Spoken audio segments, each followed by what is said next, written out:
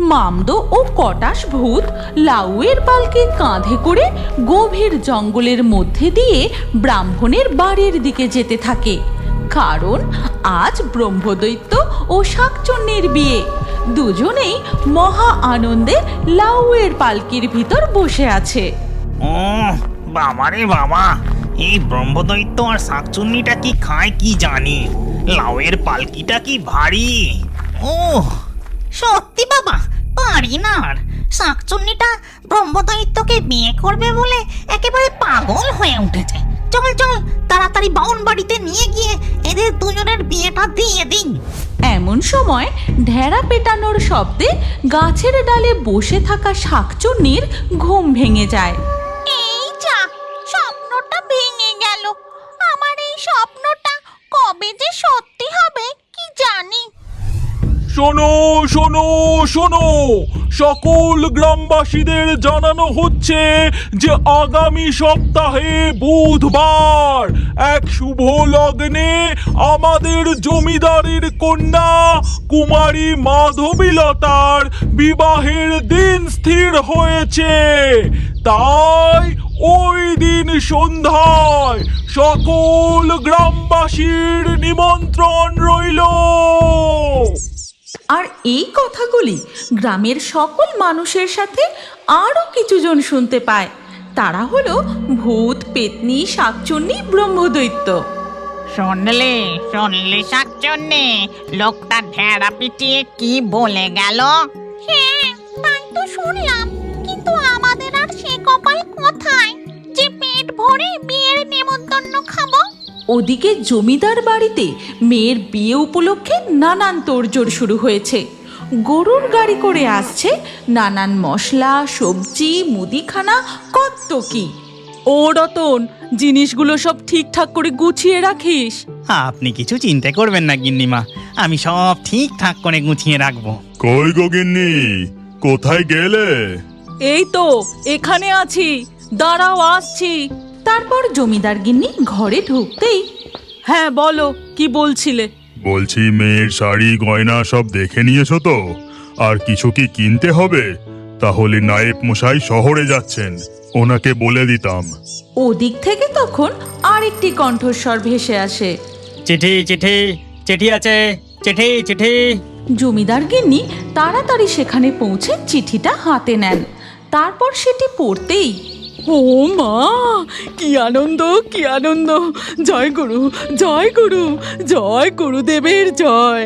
ও বাবা, কি হলো গো গিন্নি? খুব খুশি খুশি দেখছি যে।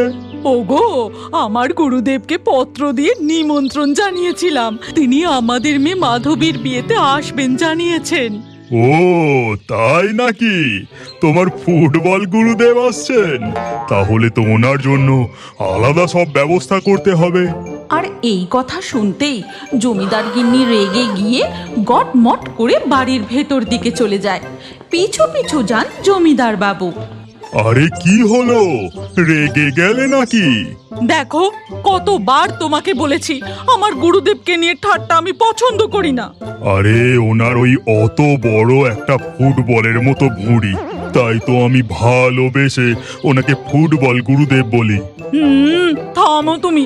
ওনার শক্তি সম্পর্কে তোমার কোনো ধারণা আছে? যেদিন জানতে পারবে সেদিন বুঝবে। এইভাবেই একটা মিষ্টি ঝগড়ার মধ্যে দিয়ে তাদের দিন কেটে যায়। তারপর রাতের বেলায় যখন সবাই ঘুমিয়ে, তখন হঠাৎ, প্রতাপ রুদ্র, প্রতাপ রুদ্র, ওঠ বলছি। গুরুদেব, আপনি আপনি এসে গেছেন? হ্যাঁ, আমি এসে গেছি। তুই আমাকে নিয়ে তামাশা করিস? তোর ফুটবল খেলার খুব শখ, তাই না? তবে আয় সামনের মাঠে। না মানে গুরুদেব। কিন্তু গুরুদেব কোনো কথা শোনেন না। তিনি হন হন করে এগিয়ে যান সামনের মাঠের দিকে। আর গুরুদেবের পিছু পিছু জমিদার মশাইও এসে পৌঁছান সেই মাঠে।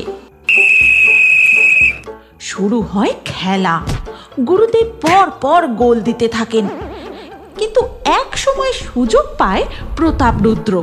সেও সজোরে, ওরে বাবা রে, কি জোরে পড়ে গেলাম রে! ও কুমারে, কি জোরে লাগলো!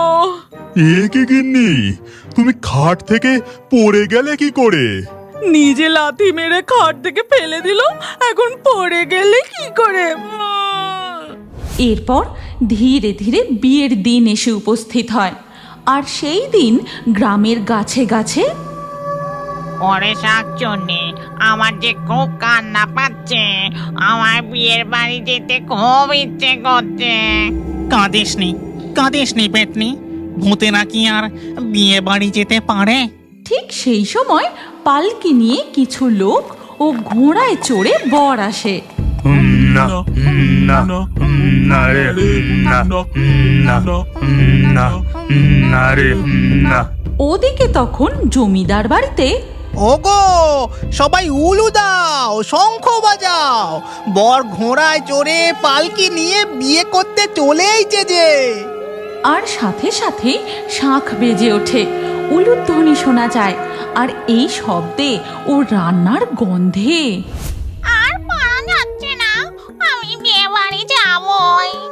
আচ্ছা বেশ, আমি জাদু করে তোদেরকে সকলকে মানুষের রূপ প্রদান করছি। তারপর সেই মানুষের রূপে তোরা বিয়ে বাড়ি যাস, কেমন? এই কথা বলে ব্রহ্মদৈত্য জাদু করতেই শাকচুন্নি, পেতনি, মামদ, ব্রহ্মদৈত্য মানুষের রূপ ধারণ করে। তারপর জাদু করেই সোজা গিয়ে পৌঁছায় একেবারে জমিদারের রান্নাঘরে।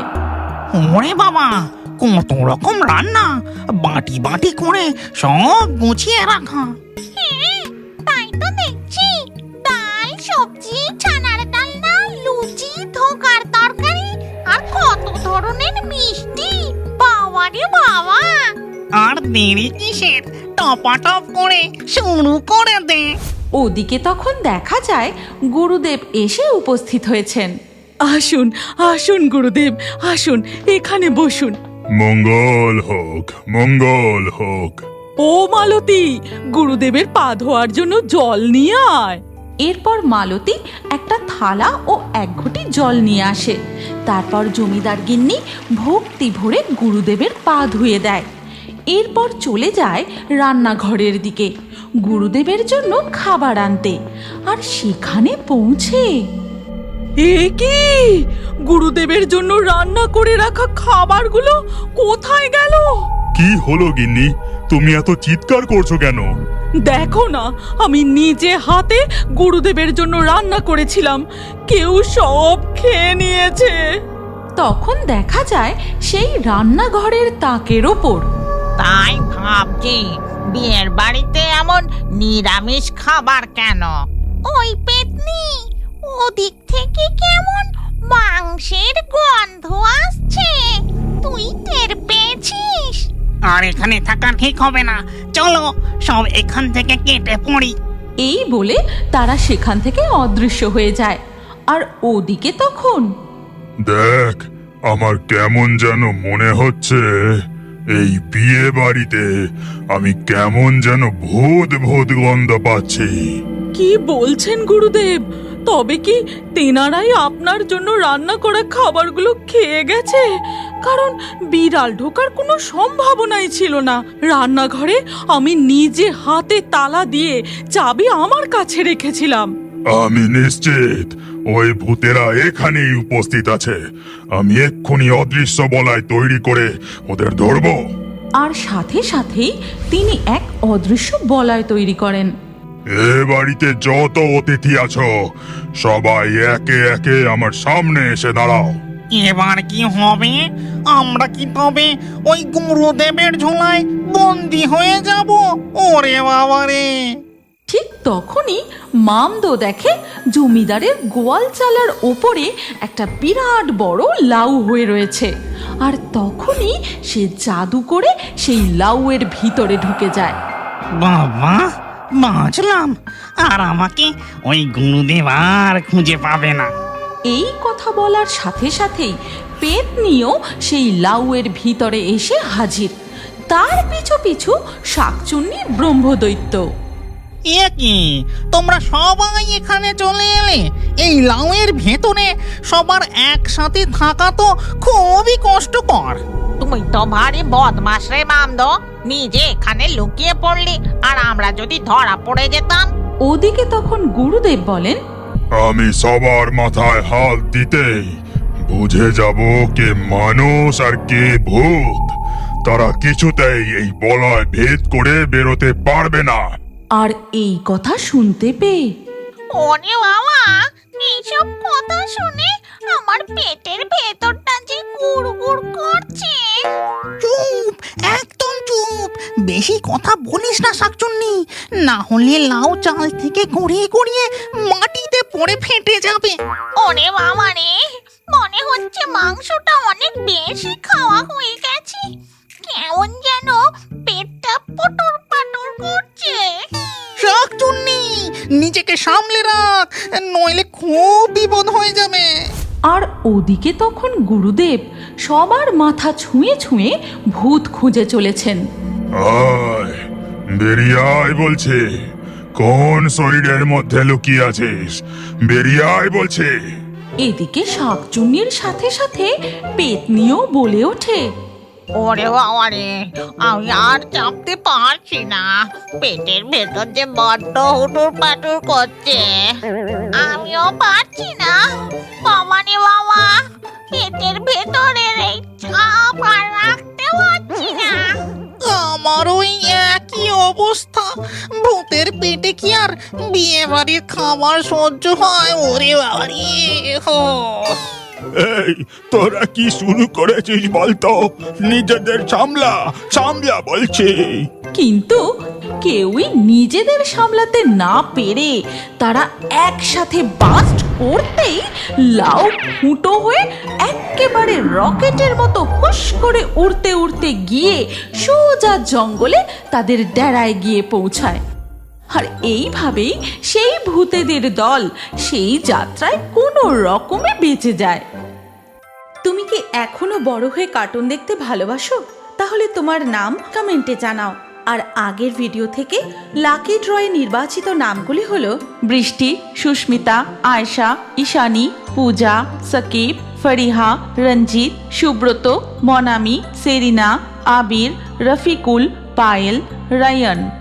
যে সকল দর্শক আমাদের চ্যানেল সাবস্ক্রাইব করে তারপরে কমেন্টে নাম লিখেছেন, আমাদের পরবর্তী ভিডিওতে তাদের নাম বাছাই করা হবে।